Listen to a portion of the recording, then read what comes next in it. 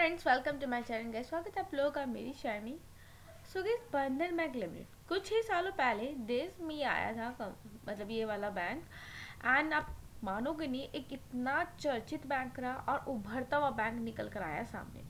फिलहाल तो 26 अक्टूबर को गाइस इसके सेकंड क्वार्टर के अच्छे खासे नंबर आए हैं और अगर आप देखोगे तो दंग रह जाओगे, क्योंकि अगर रिवेन्यू देखा जाए तो जो पिछले साल 44 मतलब 4400 के अराउंड था और वो 5500 के आसपास जाता हुआ देखने को मिला। नेट इनकम की बात करें तो नेट इनकम भी लगभग 721 से 937 पे जाती हुई नजर आई। जहां रिवेन्यू ग्रो हुआ वही कंपनी का नेट इनकम भी बढ़ा है और इतनी अच्छी अचीवमेंट हमें कुछ टाइम से मतलब आप कह लीजिए कुछ समय में ही देखने को मिल गई है। अगर आप नोट करोगे तो बंधन बैंक लगभग 2018 में आया था और तब से लेकर तब बहुत मतलब इतना ही मतलब हम कह स्टार्टिंग में ही चढ़ा होगा लगभग 48%। देन कंसोलिडेटेड जोन में रहा, देन उसके बाद इसमें आया गिरावट। मतलब आप यहाँ से नोट करोगे ना इस वाले पॉइंट से, ये देखिए मतलब लगभग 80-90 पॉइंट में ही कह सकती हूँ कि हाँ इसमें फॉलिंग देखने को मिलती है। अब यहाँ देख रहे होगे कि किस है, बट यहाँ पर देखो 5 साल में 70 देखने को मिलता है। लेकिन पिछले एक साल में एक्चुअल में क्या हो रहा है कि इसने कोई रिटर्न ही नहीं दिए हैं। यहाँ से अगर हम नोट करूँ तो ठीक है, हाँ यहाँ पे ग्रोथ आती है।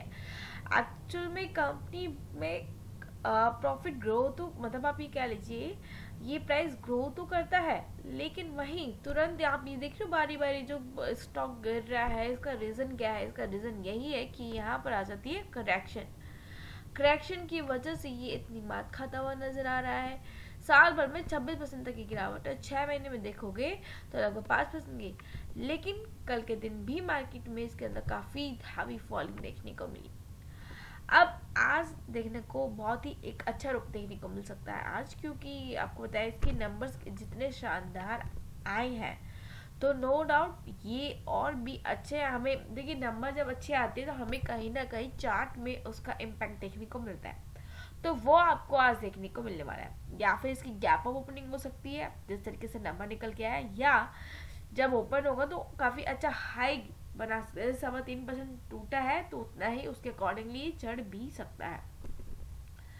कैसे इस क्वार्टर का जो पॉजिटिव इम्पैक्ट है, ठीक है, स्टॉक को आप ये कंपनी के स्टॉक पर वीकली ओपनिंग के दिन देखने को मिल रहा है, क्योंकि 28 अक्टूबर को जो कल तो आप ये कह लीजिए 28 अक्टूबर को होने वाली वीकली ओपनिंग के दिन स्टॉक में कम से कम 9 से भी ज़्यादा की अधिक तेजी देखने को मिलती। मतलब ऐसा नहीं है, पिछले 5 दिन में अगर देखो जाए तो देखो इसमें तेजी भी आई थी। यहाँ से अगर नोट करो तो लगभग देखो 9% तक की तेजी आई थी, ठीक है, 28 अक्टूबर के आसपास जो इसकी वीकली ओपनिंग थी।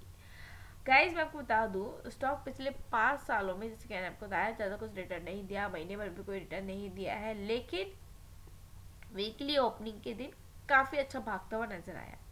और अगर आप देखोगे इसने हाई 183 बनाया है और अभी टू वीक हाई 263 देखने को मिल रहा है। मतलब अभी भी आप कह सकते हो ये लिटिल बिट आपको डिस्काउंटेड प्राइस से मिल रहा है।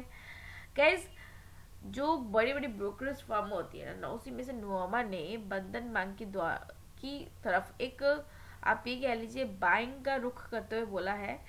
दूसरे क्वार्टर को देखते हुए ये भी कहा है कि बीते कुछ सालों में बंधन बैंक के लिए अपनी कंपटीशन तुलना में बहुत बेहतर प्रदर्शन देखने को मिला, लेकिन MFI की संभावनाएं थोड़ी सी कम होने के कारण इसे हल्का सा होल्ड पे और बाय पे रखना, अभी थोड़ा सा वेट करना पड़ेगा। बाइंग का करेंगे लेकिन पहले उसको होल्ड पे करके चलना पड़ेगा। और ऑलमोस्ट इसका नियरेस्ट टारगेट लगभग 200 बताया गया है और स्टॉप लॉस इसका 190 बताया गया है। ऐसी जेफरी है, जेफरीज का टारगेट 240 बता रहे हैं, ठीक है। उनका कहने का मतलब है कि यहाँ क्वार्टरली नंबर काफी ज्यादा अच्छे निकल के आए हैं, तो MFI लोन की गुणवत्ता भी बेहतर हो सकती है। कोटक है, कोटक इंस्टीट्यूशन बंधन बैंक को आप ये कह क्वार्टर के अकॉर्डिंगली कह रहे हैं कि इनकम में काफी अच्छी वृद्धि हुई है, नेट प्रॉफिट भी बढ़ा है, तो उसका टारगेट लगभग 250 का रह सकता है। और कंपनी में सालाना वृद्धि जो हुई है 30% और जो प्रॉफिट है 70% तक, मतलब लाभ भी 5% के अराउंड, मतलब मोटा मोटा आप कह लीजिए बड़ा है, ठीक है। तो उसके अकॉर्डिंगली काफी अच्छी तेजी इसमें देखने को मिल सकती है। और मैंने वैसे भी आपको दिखाई दिया इसके अंदर। अब इन्वेस्टर होल्डिंग अगर देखोगे तो यहाँ पर लिटिल बिट FI की होल्डिंग कम हो रही है, लेकिन DI अपनी होल्डिंग को बढ़ा रहे हैं और पब्लिक अपनी होल्डिंग को इंक्रीज कर रही है। मतलब आपको पता है जहाँ कहीं माल बेचा जाता है तो वहाँ कहीं ना कहीं बैलेंस हो जाता है।